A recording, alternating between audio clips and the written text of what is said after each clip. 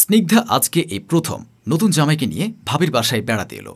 হাতে করে মিষ্টি, দই, সন্দেশ, রসগোল্লা এবং যত প্রকারের ফল ফ্রুটস রয়েছে সব নিয়ে এলো। স্নিগ্ধার ভাবি লাইলা ননদকে পেয়ে বেশ খুশি হলো।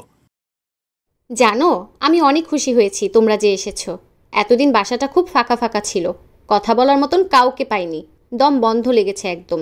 তোমরা এসেছো, এখন ইচ্ছা মতন কথা বলা যাবে, বাসাটাও ভর্তি ভর্তি লাগবে। স্নিগ্ধার স্বামী রিয়াস বলে উঠল, আপনি বাসায় কোথায় একা ভাবি? ভাইয়া থাকতে তারপরও বলেন একা? ভাইয়া কষ্ট দেয় নাকি দূরে থাকে? তোমাদের ভাইয়া সেই ভোর সকালে অফিসে দৌড় মারে, আর ফিরে কখন জানো? একদম হাতে গোনায় 9টায়। ইস, এই লম্বা সময়টা একা কাটে। তবে আমি ভাবতেছি এত সুন্দরী বউ রেখে ভাই কিভাবে পারেন অফিসে ভাবে সময় কাটাতে। লাইলা হেসে দেয়, তারপর হাসি থামিয়ে বলে, প্রফেশনাল লাইফে এসব স্যাক্রিফাইস করা লাগে। যাই হোক, তোমরা খুব দূর থেকে এসেছো, রুমে যেয়ে বসো, আমি নাস্তা রেডি করতেছি। এ বলে লাইলা তার ননদ এবং নন্দায়ের জন্য খাবার বানাতে কিচেনে চলে যায়। আর স্নিগ্ধা এবং রিয়াস তাদের রুমে যেয়ে রেস্ট করে। স্নিগ্ধা রুমের চারপাশে চোখ বুলাতে বুলাতে রিয়াসকে জিজ্ঞেস করে, কেমন লাগতেছে এখানে? খারাপ না, এখানে সব কিছু সুন্দর, যেমন বাসা তেমন মানুষগুলো। মানুষগুলো মানে? না, মানে মানুষগুলো বলতে তোমাকে বোঝালাম। তুমি এই বাসার মানুষ না, আমার প্রিয় মানুষটি তো তুমি। স্নিগ্ধা কুটিল করে হেসে দেয় রিয়াসের মুখে এমন কথা শুনে, আবার খানিকটা লজ্জাও পায়। দুপুরের দিকে লাইলা স্নিগ্ধা এবং রিয়াসকে খাবারের জন্য ডাকে। দুজন শোয়া থেকে উঠে খেতে ডাইনিংয়ে যায়। রিয়াস টেবিলে বসতে বসতে বলে, আজকে কি রান্না হয়েছে ভাবি? ইলিশ মাছের পাতুরি, মাছের মাথা দিয়ে মুগ ডাল, চিকেন এবং বিফ। বাহ, সেই খাওয়ানো হবো তাইলে আজকে। তোমাদের জন্যই তো রান্না করলাম, তোমরাই তো খাবে। বলে হেসে দেয়। রিয়াস এবং স্নিগ্ধাও হাসে ভাবির সাথে। ভাবির কথাতে তারা দুজন বেশ আরাম পেয়েছে। তারপর সবাই দুপুরের খাবার শেষ করে যে যার রুমে চলে যায় ঘুমাতে। লাইলাও দরজা চাপিয়ে দিয়ে শুয়ে পড়ে নিজের রুমে। লাইলা ঘুমিয়ে যাওয়ার কিছুক্ষণের মধ্যে হঠাৎ ঘুম থেকে জেগে যায়, আর শোয়া থেকে তরতর করে উঠে বসে, আর শাড়ির আঁচল ঠিক করতে থাকে। লাইলার কেন জানি মনে হচ্ছে কেউ একজন তার রুমে ঢুকেছিল এবং তাকে স্পর্শ করার চেষ্টা করেছিল। লাইলা বারবার তার পেটের দিকে নজর দেয়, ঠিক এখানটা স্পর্শ করার চেষ্টা করেছে, কিন্তু দরজা তো চাপানো আগের মতোই। তাহলে রুমে কি আসবে? লাইলা এবার বসা থেকে উঠে বাইরে এলো। এসে দেখে স্নিগ্ধাদের দরজাও ভেতর থেকে বন্ধ করা। তারপর মেইন ডোরের দিকে তাকায়, তাও বন্ধ। তাহলে নাকি তার মনের ভুল? হয়তো মনের ভুলও হতে পারে। ঘুমে তো অনেক কিছুই মনে আসে, তাই আর পাত্তা দিল না। তারপর বিকেলের নাস্তা বানাতে গেল সে ননদ এবং নন্দায়ের জন্য। নাস্তা বানানো প্রায় শেষ হয়ে এলে বাসার কলিং বেল বেজে ওঠে। দৌড়ে গিয়ে দরজা খুলে স্বামী রিয়াজ বাসে এসেছে, তাও ব্যাগ ভর্তি বাজার সদাই নিয়ে। এত তাড়াতাড়ি এলে যে? আমার বোনের নতুন জামা এসেছে, তো অফিসে বসে বসে কি হাওয়া খাবো নাকি? লাইলা হেসে দেয়, তারপর জবাব দেয়, আমি ভাবছি তোমাকে কল করব তাড়াতাড়ি আসার জন্য। যাক, চলে এলে, ভালোই হলো। ওরা কি ঘুমোচ্ছে? হ্যাঁ। জামাইকে কেমন মনে হয় তোমার? ভালোই তো, আমাদের স্নিগ্ধাকে অনেক আদর করে। যাক, আলহামদুলিল্লাহ। তারপর সন্ধ্যার দিকে রিয়াজের সাথে সবার কথাবার্তা হয়। রিয়াজ নাস্তা খেতে খেতে অনেকক্ষণ যাবৎ বোন জামাইয়ের সাথে কথা বলে। তারপর তাদের জব ব্যাপারেও খুঁটিনাটি কথা তোলে। রাতের ডিনার শেষ করে লাইলা যখন ঘুমাতে যায়, তখন রিয়াজ বলে ওঠে, কি বলো তো, আজকে যতক্ষণ কথা বললাম ততক্ষণই তোমার নাম নিয়েছে। কি জাদু করেছো তাকে? আমাকেও একটু এরকম জাদু করো না প্লিজ, তোমার প্রেমে পড়ি। লাইলা হেসে দেয়, আরে ওই যে রান্না ভালো হয়েছে, তাই আর কি সুনাম ঠোঁটের কিনার থেকে যাচ্ছেই না তার। আর তোমাকে জাদু কী বা করব? তোমাকে বেশি জাদু করলে পরে পাগল হয়ে বৃন্দাবনে চলে যাবে, তখন তোমাকে ছাড়া আর একাও থাকতে পারবো না। রিয়াসের কাছে তো নালিশও দিয়ে বসেছ, তোমাকে রেখে আমি সারাক্ষণ অফিসে দৌড়াদৌড়ি করি, একা থাকো তুমি। মন্দ বলেছি কি? আমার মতন এত কিউটি একটা বউ রেখে একটা মানুষ কিভাবে পারে দিনের অর্ধেকেরও বেশি সময় অফিসে পার করতে? আর একটু অপেক্ষা করবো, প্রমোশনটা পেলেই টাইম হবে চাঙ্গা, ডোন্ট ওয়ারি। তোমার প্রমোশনের আশায় থাকতে থাকতে বুড়ি হয়ে যাবো ততদিনে, একটা বাচ্চাও নেওয়া হবে না।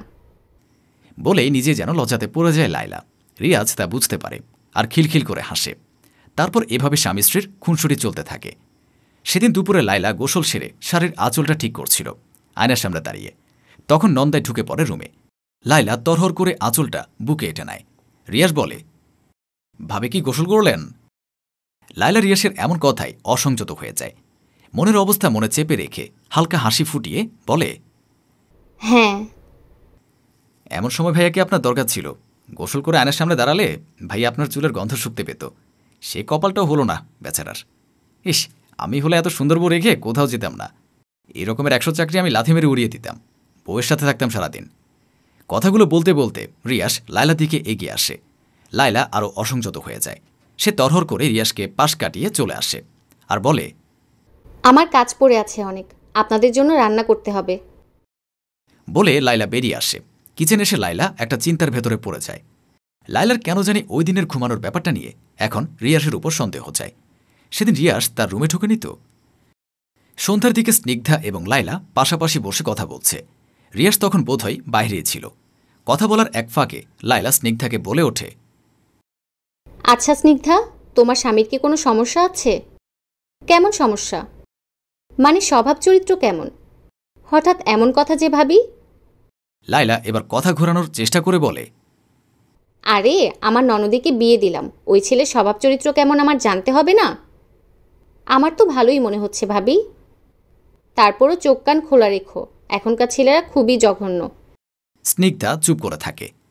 এভাবে আরও 3-4 দিনের মতো চলে যায়। সেদিন রিয়াজ বাসায় ছিল না, অফিসের একটা কাজে শহরের বাইরে গিয়েছিল। বাসায় লায়লা, স্নিগ্ধা এবং রিয়াজ ছিল। সবাইকে রাতের খাবার সার্ভ করে তারপর বাসার সমস্ত কাজ শেষ করে রুমে এসে শুয়ে পড়ে। হঠাৎ ঘুমের ঘরে বুঝতে পারল লায়লা কেউ যেন তাকে স্পর্শ করতে চাচ্ছে। লায়লার চোখ ছুটে যায় সাথে সাথে, আর রুমের বাতি অন করে ফেলে। ফকফকা আলোতে দেখতে পায় তার ননদের জামাই, অর্থাৎ রিয়াস। লায়লা জোরে চিৎকার করে ওঠে আর বলে ওঠে, তুমি আমার রুমে কি করতেছো? আমার রুমে এত রাতে কি তোমার? কি চাই তোমার এখানে? কি চাই সত্য করে বলো। আমাকে স্পর্শ করার চেষ্টা করেছিলে? রিয়ার যেন হুমড়ি থুমড়ি খেয়ে যায়, মুখ দিয়ে কোনো কথা আসছে না তার। মানে ভাবি, আমি তো। বেয়াদব, চুপ একদম। বাইরে থেকে চিৎকার চেঁচামেচির আওয়াজ শুনে স্নিগ্ধা রুমে আসে। কি হয়েছে ভাবি? এখানে এত রাতে চিৎকার চেঁচামেচির আওয়াজ শোনা যাচ্ছে কেন? তোমার নির্লজ্জ জামাইকে জিজ্ঞেস করো এত রাতে আমার রুমে কি। মানে? শোনো, আমার খুব খারাপ লাগতেছিল, ঘুম আসতেছিল না, তাই আমি বাইরে একটু হাঁটাহাঁটি করছিলাম। উনি ঘুমানোর সময় ওনার রুমের দরজা বন্ধ করেননি, তাই হঠাৎ করে হাঁটার সময় আমি বাড়ি খেয়ে ওনার রুমের দরজা খুলে যায়, আর অমনি উনি চিল্লাফাল্লা শুরু করে দেন। তুমি হাঁটাহাঁটি করতেছিলে? তুমি আমাকে স্পর্শ করতে এসেছিলে? তুমি আমার রুমে ঢুকেছিলে? তুমি মিথ্যা কথা কেন বলতেছো? ভাবি চুপ করেন, আপনার মুখ দিয়ে যাচ্ছে তাই আসছে, তাই বলে যাচ্ছেন। আপনি গতকালকেও আমার স্বামীর চরিত্র নিয়ে প্রশ্ন তুললে আমি কিছু বলিনি। আমি ওনার সাথে সংসার করি, আমি নিজেই ওনাকে জানি উনি কেমন মানুষ। আর আপনি আবার আমাকে আমার স্বামীকে চেনাতে আসছেন? আপনি এত জঘন্য। স্নিগ্ধা, তুমি আমার কথা বোঝার চেষ্টা করো, ইনি সব মিথ্যা বলতেছে। ভাইয়া আসুক, আমি এই ব্যাপারে ভাইয়ার সাথে সোজা কথা বলবো, আপনার সাথে নয়। আপনি নিজে একজন চরিত্রহীনা। এ বলে স্নিগ্ধা রিয়াজকে নিয়ে রুম থেকে বেরিয়ে চলে যায়। তার পরদিন সকালে রিয়াজ বাসায় চলে আসে। রিয়াজ বাসায় আসতেই স্নিগ্ধা ভাইকে কেঁদে কেঁদে সব খুলে বলে। রিয়াজ এসব শোনার পর কি বলবে সে কোনো ভাষা খুঁজে পেল না।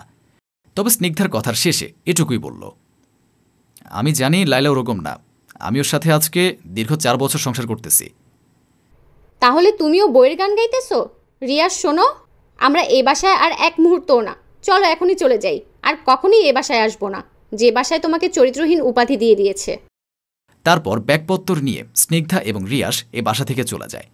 তারা চলে যাওয়ার পর লায়লা রিয়াজকে এসে জড়িয়ে ধরে আর কাঁদো কাঁদো কণ্ঠে বলে, তুমি বিশ্বাস করো, আমি সত্যি বলছি, স্নিগ্ধা জামাই আমাকে সত্যিই স্পর্শ করার চেষ্টা করেছিল।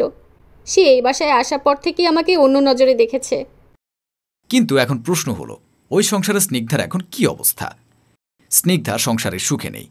প্রতিদিন রাত করে রিয়াস বাসায় ফেরে আর স্নিগ্ধাকে ধরে ধরে মারে আর বলে, তোর মতো মোটুর সাথে আমার সংসার করতে একদম ইচ্ছে হয় না, তুই চলে যাস না কেন এই বাসা থেকে?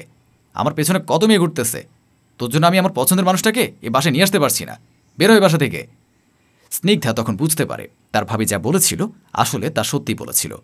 তার স্বামীর চরিত্র আসলেই খারাপ, না হলে আজকে তাকে রেখে রাতের পর রাত মেয়েদের সাথে আড্ডায় মেতে থাকত না, রাত কাটিয়ে মাঝরাতে বাসায় ফিরত না। ভাবতেই তখন স্নিগ্ধার 2 চোখ বেয়ে 2 ফোঁটা অশ্রু বেরিয়ে আসে।